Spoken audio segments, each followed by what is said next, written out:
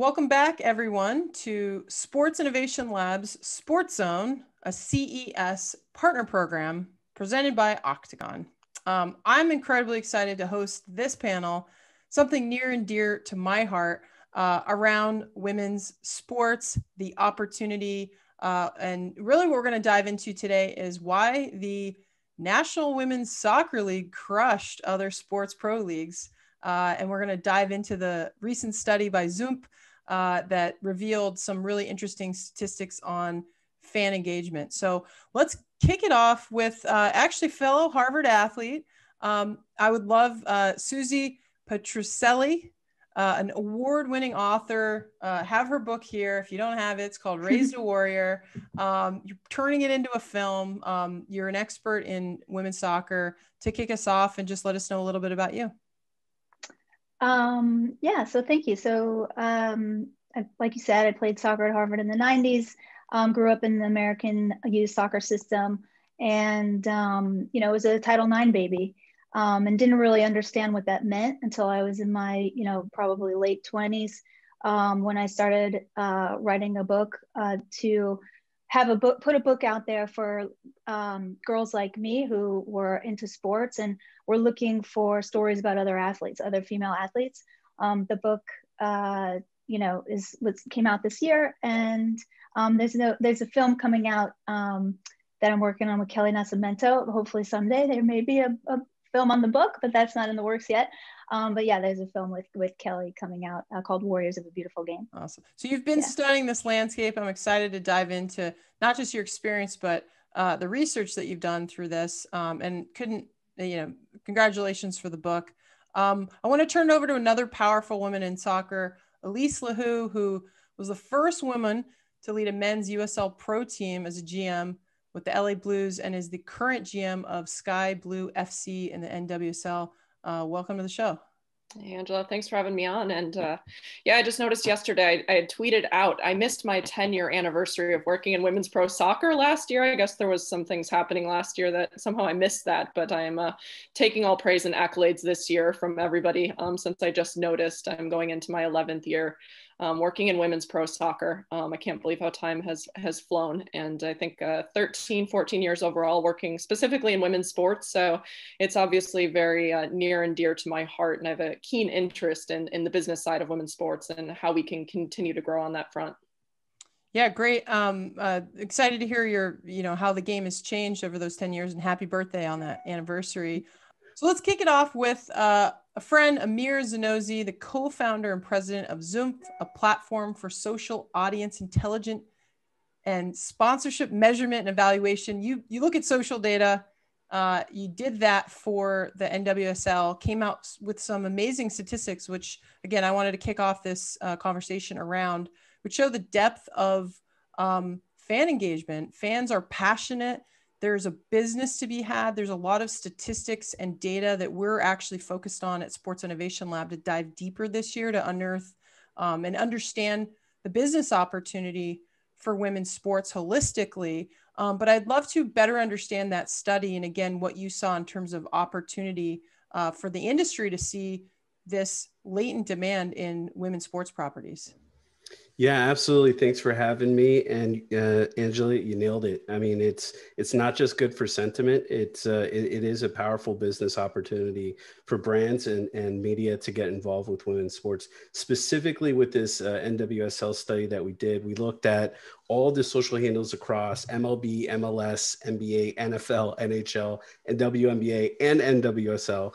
And we tried to equalize it as much as possible. So we did basically engagement rates, and we filtered it to when each one of the adjusted seasons were happening. And so that just gave us a way to sort of normalize the data. And when I say engagement rates, we're looking at all of the engagements generated and then the impressions divided by that.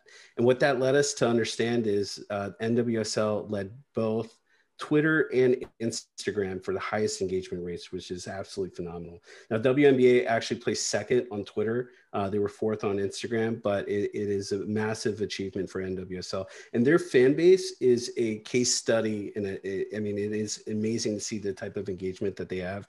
We've never seen fans really pronounce so descriptively that they're going to go out and buy products and services on behalf just because sponsors being involved.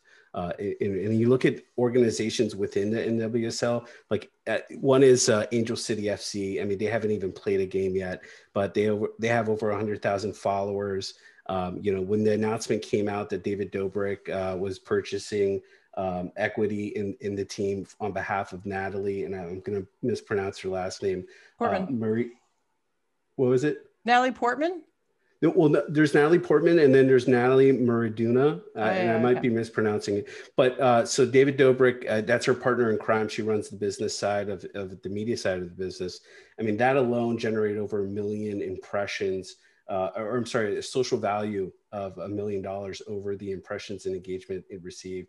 So there's influencers definitely in the space on the ownership side that are getting involved.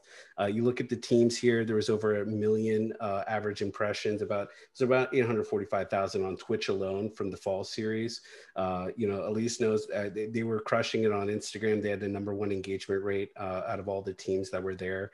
The fan base, you know, 1.3 times more women than any other league on social. 4.4 times more business decision makers are in NWSL than the average follower. So it's phenomenal to kind of see the impact that they're making across brand awareness and that partnership value that they're providing, and they're connecting the fans in a different way that we haven't seen, from the membership programs that they're having to the engagement that the you know, the NWSL, sorry, we're gonna have to edit this part, but the NWSL, I mean, even during the end of the year, they changed their handle and their logo to focus just on women's sports. Yep. And what's fascinating about this is it's not just the sport itself, but it's tightly connected to a cause. And that's really an intangible, and it's hard to reduce, but there's that positive impact of for brands to not only see the business return, but also that positive sentiment. Yeah, and it's a key actually driver in our fluid fan research that fluid fans follow their values, and they need to be aligned with the sports properties and the leagues. They'll spend more, whether that's with a sponsor, with a team, the league, a product. There's that alignment. I think the NWSL definitely hits the nail on the head. Susie, maybe I turn it over to you. Women's sports receives, as we know, 4% of national coverage, and a lot of the leagues, including the NWSL, struggle. However, during the pandemic, we saw the WNBA had a 68% year-over-year viewership growth. The NWSL, almost a 500% viewership increase. Talk to us a little bit about trends in viewership and what you see for the future in the viewership numbers. Yeah, sure. I would love to. So, you know, I think there was a combination of factors that led to this, you know, massive growth that we saw in viewership last year. And, you know, I definitely think that the future is brighter than ever for women's soccer around the world, including the NWSL. You know, before the pandemic, the league had built this incredibly powerful fan base that were more than just fans. They were really advocates. And that community was, you know, primarily based online because we had mostly been marginalized from mainstream sports media, right? And then, you know, we're rolling off the success of the 2019 Women's World Cup, 1 billion viewers worldwide. You know, the league comes up with these amazing deals with CBS and Twitch. So those were in place. The league was really set up to provide more exposure and distribution than ever. And then, you know, obviously the timing of the pandemic, the repercussions of the pandemic. And then, you know, all of a sudden there's no other sport, no sports to watch. No sports were being played. And we started to see like this breakdown of the longstanding sort of like ticket sales / TV rights system of sports business. And that opened up an opportunity that the NWSL took advantage of. I know that it's a small, as you were saying, it's a smaller league, it's more nimble. You know, the larger leagues, you know, have these complicated contracts to negotiate. You know, the NWSL had, you know, in my opinion, showed excellent leadership and, you know, quickly and very safely, you know, created the bubble. They were the first league back. It was amazing. They had, there's no template for what they did. And I think, the community, or the fan community, really took pride in the way that the league handled the situation and being the first league back. And it was rewarding for the whole community. And it bonded everybody even tighter together. And then those existing fans brought in new fans, right? They brought in their family members. They brought in their friends who were also home more than ever, on their devices more than ever. And very much in need of positive, healthy entertainment. Of course, obviously it helped that the soccer, the product, right, was world class. Yeah, I'd love to hear, Elise, just your take on this. What happened this summer? Why did we see such a increase in demand? Susie laid up some interesting examples. You were on the ground. You were running a team. What did you see? Yeah, I think I'd be remiss if we didn't, start with the fact that we just embarked on a new multi-year broadcast deal as a league. So let's, you got to start with the access to the product first. So we had those deals with both CBS and Twitch. So our international viewers have a very easy way to connect and watch us around the world through Twitch. It's been a great platform, very interactive. And then certainly CBS, we had an opportunity in our fall series, looking even past the Challenge Cup, to have some games on what we call the big CBS on the main channel. Accessibility is crucial, right? We know that the demand is there. I've seen it for 10 years. We know this. It's just been a matter of making it accessible.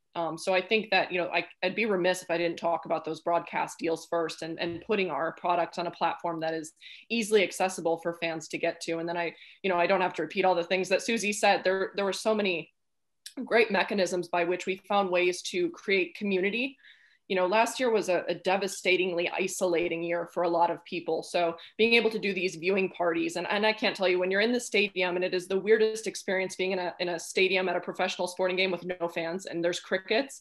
And I'm used to, talking in the games, but I never realized how loud I am until there's no other sound. So I got in trouble a few times with the refs, which we won't repeat again.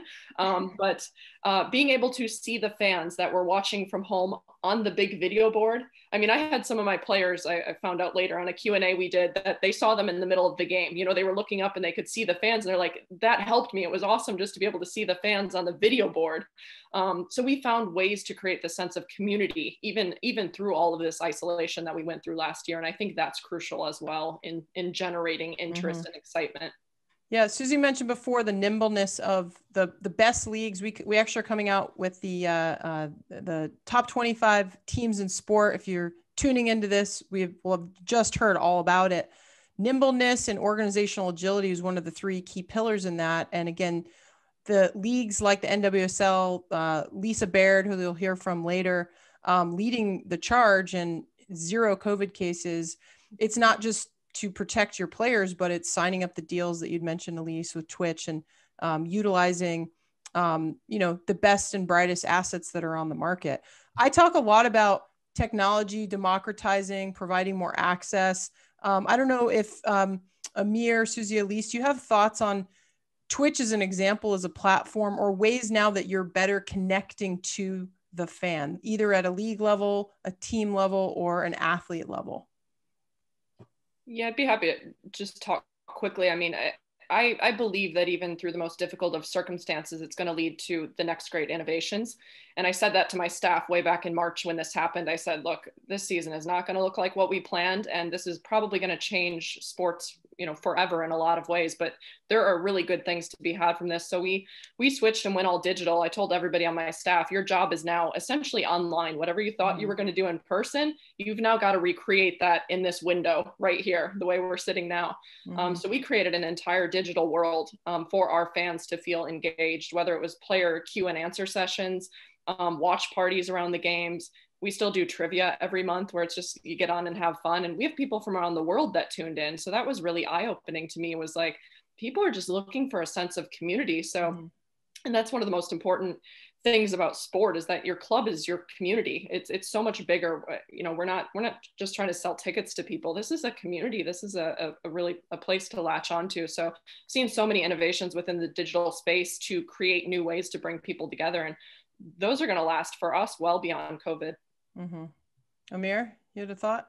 Yeah, no, that's Elise nailed it there. It's we're seeing we did a report with Jessica Gelman and the Kager Group, and we're seeing overall media consumption down on broadcast. We're seeing attendance, of course, down, but social activity has never been higher. And the relationship that fans have with their teams and athletes is stronger than most people's relationship with their own religion. And so that connection that they have is so powerful. And the way that we look at it is teams need to stop thinking of themselves as event companies and really as media companies. And for us, we're providing this data to equalize it so that brand partners are looking at whether it's Spotify ads or YouTube ads or whether it's their investment in sports. But that connection, that trust elevation that's there as a result of fandom, there's nothing as powerful as that. And by being able to showing the numbers of people consuming the content on these digital platforms gives them that equality of looking at these different opportunities and seeing the impact that it makes. Not with women's sport, but Washington football team. I mean, you've seen how they've shifted their culture and their content that they're posting. I mean, they're posting stuff that's just it's unseen of in NFL. All these organizations are changing and adapting to the digital platform, creating snackable content. The overall theme is you can't create content where you have been. You need to go to the fans where they are, give the content that they care about, and they've got to view it on the way that they like to view it. Mm-hmm. So it's all centered around them and helping them leverage moves that Elise is making with Sky Blue from all of these other organizations to the campaigns that Susie's talking about. At the end of the day, it's happening on digital, and it's happening where fans want to see and engage and interact and share it and be a part of a community where they can't be in person. Yeah, digital platforms, huge digital transformation during COVID. All the best sports teams, congratulations, Elise, recognize that, pushed hard on it, pivoted their organizations, and leveraged, again, the platforms that, as you pointed out, Amir, connect to their consumer, their fan at the end of the day. I'm wondering if maybe we can dive into sponsorship, because the campaign, specifically the Budweiser did with the NWSL, we went from 3, I believe, to 9 platinum sponsors or marquee sponsors in the NWSL in this year alone. What's the reason for that massive increase? That to me is whether it was a really great campaign or it just justifies what we already know, that there's sponsors out there that want to put their money behind these leagues and have an easier way now to connect to the consumer because of digital technology. Question really is, why do we see such a big growth in sponsorship when there isn't a lot of sponsor dollars out there? 4% currently across the whole ecosystem go to women's sports. Susie, Elise, you want to grab that one? I'll just say quickly, I that Budweiser campaign that you mentioned with Megan Rapinoe, I think was absolutely brilliant. It inspired brands. There is this idea of, if you see it, you can be it. And I think that also applies to sponsors. I think that it also inspired a ton of conversation and excitement. I think it did have a very positive influence on growing the sponsorships for the NSL. And then we never doubted the value as a fan community, but it was very hard to quantify it. And like Amir was saying, like there's that social value that's very hard to put a number on and find a formula for. But with his help and with Sports Innovation Lab's help, I think there is this momentum, and we are finding a way to give the brands the numbers like in their own language that they're speaking and the way that they need to see it, basically to prove that there's an invaluable return on their investment. Yeah, I think to add to that, I would just say that, our league's in a stronger position now than we've ever been, even from a leadership and front office structure perspective. And I'm going to oversimplify it here, but, with Lisa Baird coming in, and we have dramatically increased the size of the front office at the league level, we're just in a better position to take phone calls from sponsors. It's, sometimes as simple as that. We're in a better, governance structure as a league, and Lisa Baird coming in. We now have, a pretty robust staff at the league level. They'd always been operating in a pretty small stature. And I think after, you know, the last couple Women's World Cup victories, our league wasn't really in a place to sort of accept all the inquiries that were coming in. So I believe the demand actually had always been there, but we just hadn't structured ourselves in a way to be able to sort of handle it and be able to convert it. And then of course I'm grateful to Amir and, you know, his group for putting together all these statistics, because I use them, you know, when I'm going out and pitching sponsors, I'm using those stats that have been, you know, traditionally kind of hard to obtain for us. So I'd have to say that we're just in a better position right now. I think the interest has always been there, but as we're gathering our data and being able to actually take these hard numbers out to market, I feel so good about that, because we've now got this hard data that I can go walk into a conversation with, instead of just, you know, emotional me going in and being so passionate about the league. Now I've got the data behind it. And that's what, you know, potential sponsors really need as part of the conversation, to realize this is not charitable. You know, this is actual return on investment if you're going to put your money into this league. Yeah, we're going to be focused as a company, I think I'd mentioned, on really understanding the women's sports fan in depth with data. It should be objective. It's the business case. That's why I'm excited about this panel and all your reflections on what does the industry need to see. It's focused on the fan, your consumer.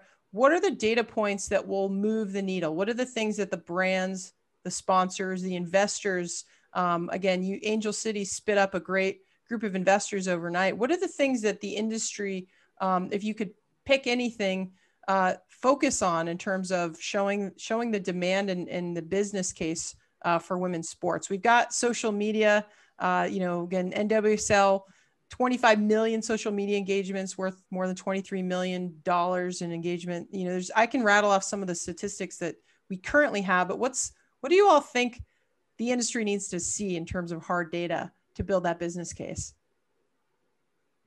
Yeah, I could mention a couple key points. Is that, you know, we know historically women have the purchasing power in the households. So Amir had said earlier, I think his number, I had to write it down to be sure, but 1.3 times, you know, women fans within our league. If women are holding the purchasing power to buy a product, don't you want to advertise to the women that are the ones that are going to buy it? So I think that's one quick hit is, you know, if we've got a fan base that skews a little more towards women, they've got that purchasing power. That's a great mechanism to use as part of the conversation. And then certainly the increase in growth numbers. I mean, who doesn't want to go into a conversation and say, hey, our broadcast numbers are up 500%. That's nice. That's nice to take into a conversation compared to other leagues that are actually, you know, down year over year. So being able to show the engagement rates also, you had mentioned on social. So engagement rates, the eyeballs, the digital growth, the broadcast growth, I think those are important numbers. And then the third piece that I'll say is brand loyalty. We've now seen that within NWSL, that our fans are extremely loyal to new brands that come in and support us. We saw a great case study with Budweiser. You know, there were so many people that I saw going online and saying, I've never drank this, but I'm drinking it now. Here it is. And they're putting photos of it up. And I would go out to our tailgates at the game and people had Budweiser and they're like, yeah, because Budweiser supports the league. Now that's what I'm going to buy now. Bud fan. Secret, right? Isn't suddenly everyone's using Secret deodorant? Yes. Secret powder deodorant. Yes. Do you see that? I'm curious if any of you have seen that though, because that was very striking to me, the amount of engagement we saw. And Amir, if you have thoughts on this, that typically you buy sponsorship, you slap a logo on the wall and you're measuring eyeballs. We're not actually measuring like purchasing behavior, or even better, you're promoting your product for free on social, as Elise commented. This is very weird fan behavior, but it, I think, speaks to the avidness of certain communities. What is everyone's take on that? Because we're not, again, if we need to make a business case to sponsors, that to me is like, you get free promo if you invest in the right leagues. Thoughts, Amir or Susie? Yeah, absolutely. So, I mean, Budweiser alone had 20 million impressions from owned and earned engagement from March to October. They had 641 posts, both from the owned and earned side, and that equated to 500,000 in value. Now, what Elise was talking about was absolutely, on point. I think there was a study that said 89% 89.1% of decisions for consumer goods are made by women.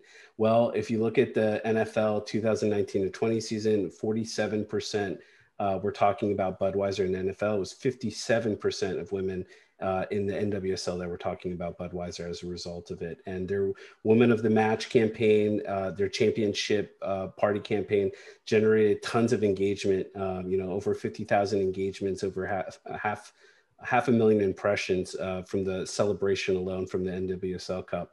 That is impactful, and that is exactly the type of numbers that a partner is looking for in trying to see. And then when you see those posts like that, now the only thing I've seen similar to this is Gen Z and esports, where they celebrate when a streamer or a sponsor comes in, because they look at that as a level of achievement, and that comes from this new generation that's born and raised watching YouTube, watching Twitch.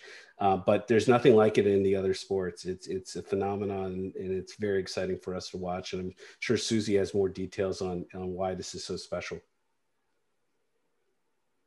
On why? Sorry, I was just trying to throw an assist to get you in the conversation. Tell me.